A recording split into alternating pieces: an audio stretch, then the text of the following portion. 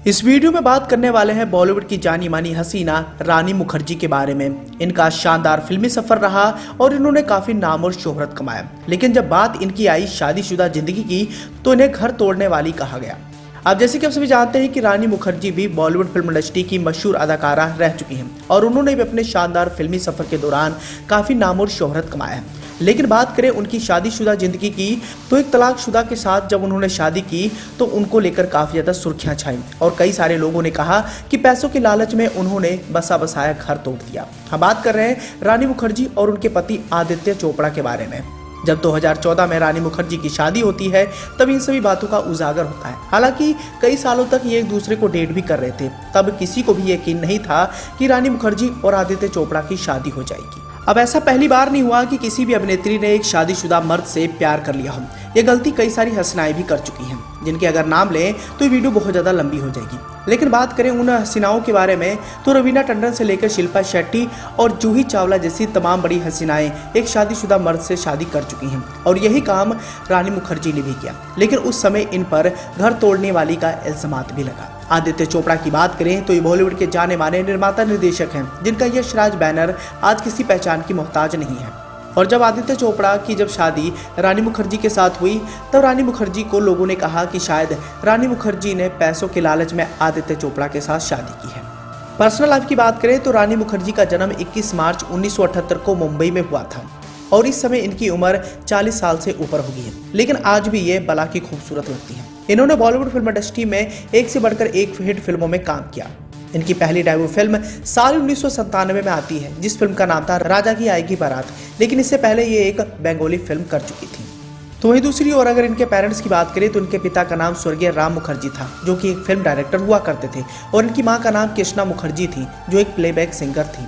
हालांकि राजा मुखर्जी इनके बड़े भाई हैं और 21 अप्रैल 2014 को इन्होंने मशहूर डायरेक्टर और प्रोड्यूसर आदित्य चोपड़ा से शादी की थी और इनकी एक बेटी है जिसका नाम आदिरा है। लेकिन आदित्य चोपड़ा के शादी के बाद इनकी जिंदगी में काफी बदलाव आए। एक तरफ जहां इन पर इल्जामात लगा कि इन्होंने बसा बसाए घर तोड़ दिया, तो वहीं दूसरी ओर इन्होंने हमेशा से इन सारे इल्जामातों को सिरे से खारिज किया है। अब आदित्य चोपड़ा की बात करें तो ये बॉलीवुड के जाने माने निर्माता निर्देशक हैं और इनकी शादी सन 2000 में पायल खन्ना के साथ हुई थी, जबकि 2009 में शादी करीब 9 सालों के बाद इन दोनों का तलाक हो गया। हालांकि ये जरूर कहा जाता है कि इंडस्ट्री में हुए सबसे महंगे तलाकों में ये एक रहा। यदि रानी की बात मान जाए तो वो 2009 में तलाक के बाद आदित्य चोपड़ा की जिंदगी में आई थी और फिर इन्होंने कई सालों तक एक दूसरे को डेट किया और 2014 में जाकर इन दोनों ने शादी कर ली। हालांकि आदित्य चोपड़ा सुर्खियों से दूरी रहना पसंद करते हैं और वो शर्मीले स्वभाव के हैं, इसलिए वो सोशल मीडिया पर भी नहीं है। रानी कहती है कि आदित्य का यही सादापन उन्हें सबसे ज्यादा पसंद आता है। वह आदित्य चोपड़ा की तुलना भगवान शिव से करती हैं।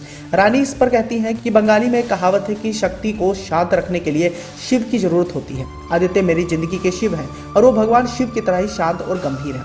लेकिन बात करें अगर इनकी शादीशुदा जिंदगी की शुरुआत की तो रानी मुखर्जी जब आदित्य चोपड़ा की जिंदगी में आई थी तब वो शादीशुदा थे। कम से कम जब आदित्य ने रानी को और रानी ने आदित्य को पसंद किया तब ये मामला एक शादीशुदा मर्द से प्यार का ही था। आदित्य चोपड़ा से प्यार और फिर शादी को लेकर रानी मुखर्जी पर कई सारे गंभीर इल्जामात लगे थे। उन्हें घर तोड़ने वाली औरत तक कहा गया था, लेकिन रानी ने हमेशा से इन बातों को इग्नोर ही किया।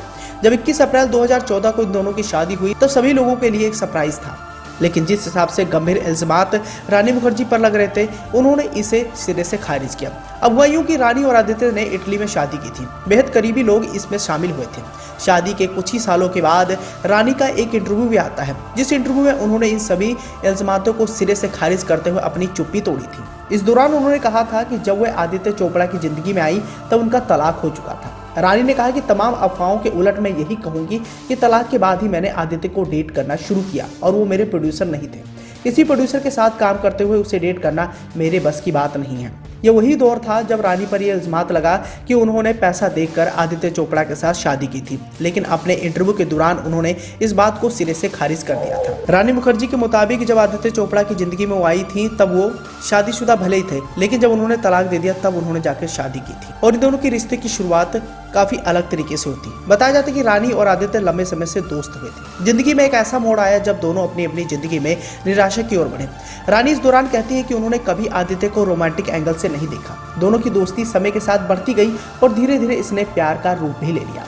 आदित्य चोपड़ा शर्मीले स्वभाव के रहे वह लाइमलाइट से दूर रहना पसंद करते हैं और इसलिए इस रिश्ते को उन्होंने दुनिया से बचाकर रखना ही बेहतर समझा। रानी अपनी पहली डेट का खुलासा करते हुए बताती हैं कि आदित्य ने ट्रेडिशनल तरीका ही अपनाया था। वह रानी के घर पहुंचे और उनके पेरेंट्स से पूछा कि क्या वह रानी को डेट पर ले जा सकते हैं। पेरेंट्स दोनों के रिश्ते से खुश थे, इसलिए इसे आगे बढ़ाने में किसी को भी कोई आपत्ति नहीं हुई थी। मुलाकात की बात करें तो रानी मुखर्जी और आदित्य चोपड़ा ने कई सारे प्रोजेक्ट में साथ में काम किया था, लेकिन इनकी पहली मुलाकात एक संपन्न रेस्टोरेंट में हुई थी।